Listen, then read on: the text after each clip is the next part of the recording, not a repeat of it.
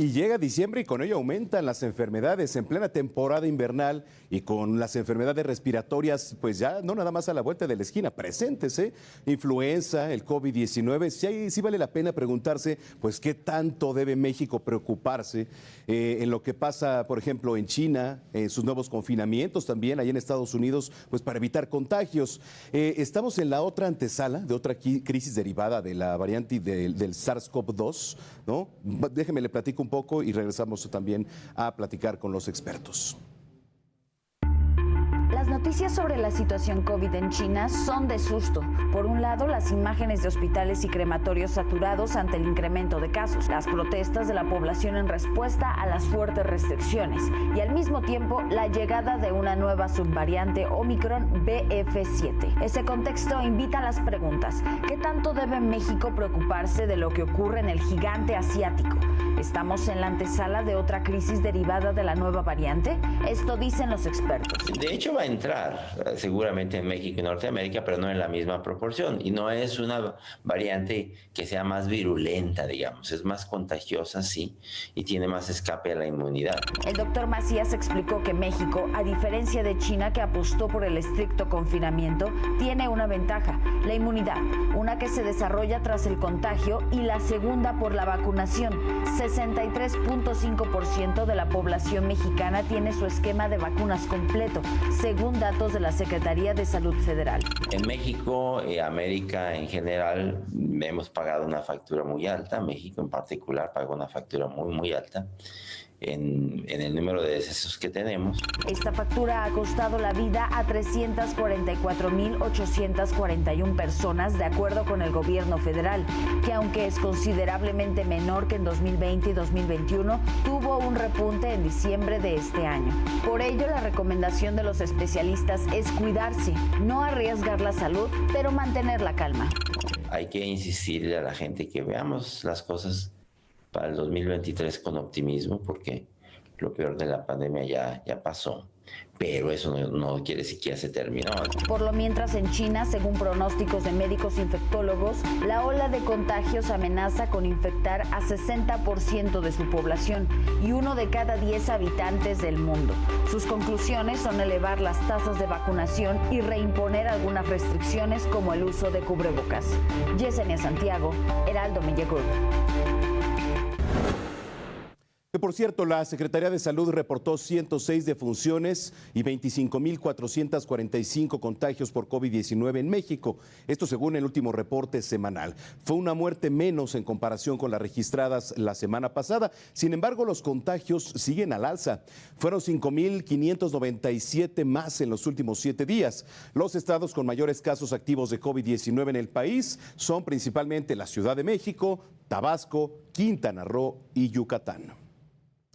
Mire, también ante el aumento de contagios por COVID-19 en la Ciudad de México, pues no ha habido un incremento significativo en las hospitalizaciones. Esto es importante y por este padecimiento. Esto lo asegura la jefa de gobierno, Claudia Sheinbaum.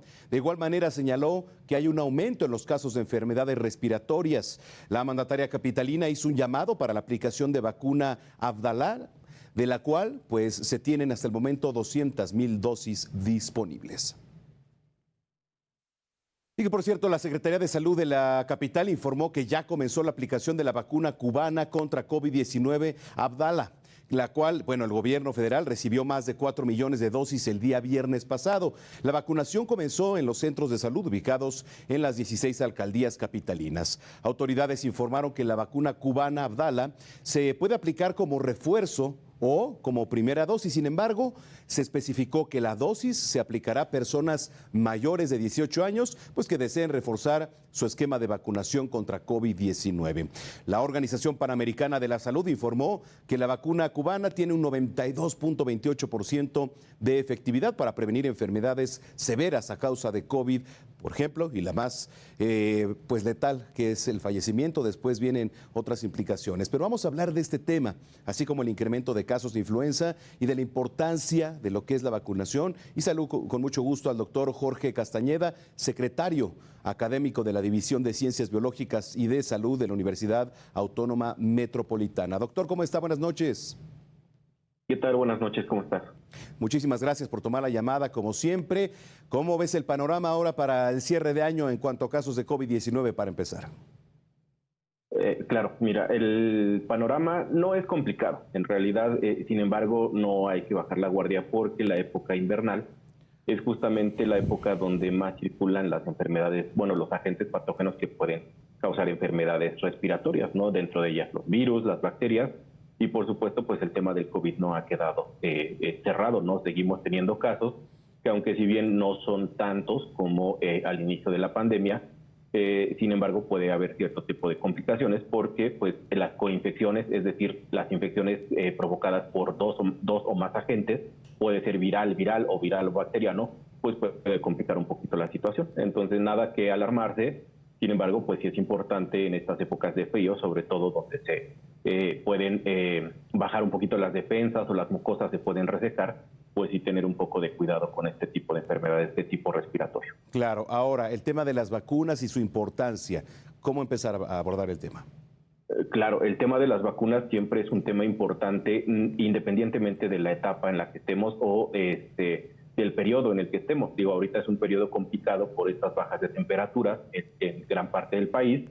Sin embargo, el tema de vacunación tiene que ser abordado en todas las etapas del año, ¿no? Entonces, en realidad las vacunas son estrategias por las cuales nosotros quedamos inmunizados para que cuando llega una infección real, pues nosotros no tengamos repercusiones graves. Entonces, al inicio pensábamos que con el caso del COVID-19, en particular, las vacunas eran para prevenir las infecciones y en realidad no. En realidad lo que ahora sabemos, como la mayoría de las vacunas, es que en realidad lo que queremos es bajar la tasa de mortalidad y, por supuesto, los casos graves que pudieran llevar a los pacientes al hospital.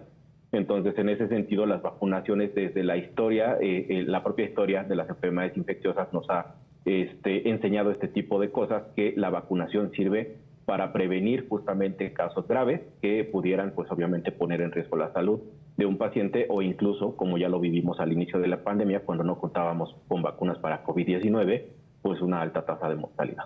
Ahorita que abordaba el tema de COVID-19 y aprovechando, poníamos en contexto hace unos minutos lo que ocurre en China también, ¿no? Los confinamientos, etcétera. ¿Es para preocuparnos también el aumento de casos que está ocurriendo en China, también en Estados Unidos, quizá en algunas otras partes del mundo?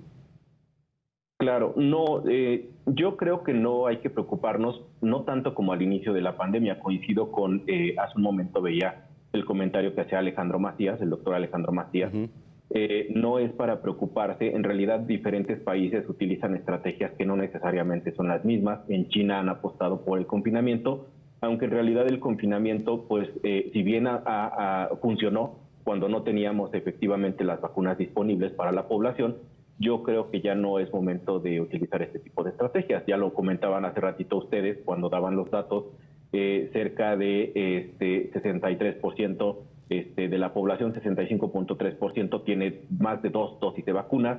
Las vacunas, pues obviamente se han aplicado en gran cantidad de la población, además de que muchas personas se infectaron de manera natural y por supuesto generaron inmunidad, por lo tanto ya no estamos en el mismo escenario que hace 2 años. Entonces, si bien China le sigue apostando por el confinamiento, creo que pues habrá que revalorarlo porque ya vivimos no solamente los estragos de la COVID-19, sino los efectos secundarios asociados a los daños colaterales, como son todas las repercusiones económicas.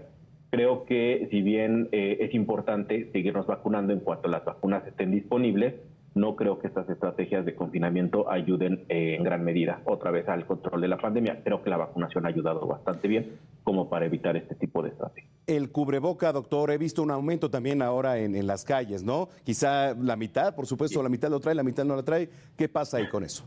Sí. El cubrebocas al parecer funcionó. De hecho, si revisamos las estadísticas, no solamente ayudó para evitar contagios de COVID-19, sino que en realidad evitó enfermedades de tipo respiratorias, no solamente virales como influenza, sino también bacterianas como aquellas que causan amigdalofaringitis. Si revisamos las estadísticas, pues pocos en realidad enfermaron cuando el uso del cubrebocas era altamente recomendado. Yo lo que sugiero, y muchos expertos lo sugieren, es que el cubrebocas siga siendo utilizado sobre todo en espacios cerrados, en esta época invernal y sobre todo en aquellos eventos pues donde hay demasiada gente. Sin embargo, pues en los casos donde hay situaciones al aire libre, pues el uso del cubrebocas no necesariamente puede ser una herramienta que nos pueda ayudar o no, porque los efectos ahora lo sabemos de ventilación, de una buena ventilación, pues nos ayudan perfectamente a disminuir el número de contagios que se pueden realizar. Yo invito a la población a seguir utilizándolos, sobre todo en espacios cerrados o cuando hay pues una gran cantidad de gente donde evidentemente no podemos guardar la sana distancia. Claro, y claro. además usarlo de manera correcta, ¿no? Porque también ya lo hemos visto que el uso del cubrebocas, bueno, también de repente se usa de manera no correcta, Sí. y pues de nada sirve traerlo, ¿no? Si lo traes nada más cubriendo la boca y no la nariz. Hay que cubrir todas las vías respiratorias. Eso es importante. Y finalmente, doctor, ¿cómo diferenciar en estas épocas que, pues digo, estamos propensos todo el año, pero llega diciembre y quizá aumenta una gripe común, COVID-19, influenza? ¿Cómo poder diferenciar qué hacer y sobre todo, pues, ¿qué hacer, no? ¿Cómo prevenir? ¿Qué hacemos? Claro. Acudimos al doctor, etcétera. Claro, la única manera es aplicar pruebas. Definitivamente esa es la única estrategia para poder diferenciar entre virus respiratorios comunes como resfriados, ya lo comentabas, o catarros comunes que pertenecen a la misma familia de coronavirus, pero no es el SARS-CoV-2.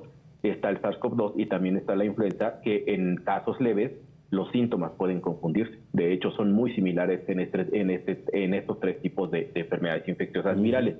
La única manera es hacerse pruebas. Sin embargo, pues la mayoría de los centros de salud ya no las están aplicando, justamente porque ha bajado mucho la tasa de mortalidad, porque el número de casos ya no es tan alto como anteriormente. Entonces la única posibilidad es, ahora que lo veo, es comprar tu propia prueba, y que por cierto ahora ya vienen combinados, ya vienen pruebas en combo que puede detectar al mismo tiempo si tienes influenza, si tienes SARS-CoV-2 o incluso si tienes ambos. Entonces la única manera de saber cuál es el virus por el cual estás causando un proceso infeccioso es aplicando una prueba de las que ya conocemos, ya sean rápidas o ya sean de laboratorio como estas PCR. Correcto. Sin embargo, si no se van a hacer la prueba, es importante, bueno, pues seguir guardando las medidas de precaución para que la familia no se infecte, porque si no sabemos si es SARS-CoV-2, podemos generar pues, un foco de infección, no tan grave como hace 2 años ya lo mencionaba, pero sí pudiera repercutir en personas, sobre todo familiares, que pudieran tener enfermedades previamente adquiridas, sobre todo aquellas, las crónico-degenerativas, o aquellos grupos poblacionales vulnerables, como por ejemplo los menores de 5 años o los adultos mayores. Sí, son recomendaciones que ahí están permanentemente. Bueno, doctor, pues muchísimas gracias, como siempre, por haber platicado con nosotros, por las recomendaciones y aprovechando, pues felices fiestas. Felices fiestas, te agradezco mucho y felices fiestas para todo el auditorio. Muchísimas gracias.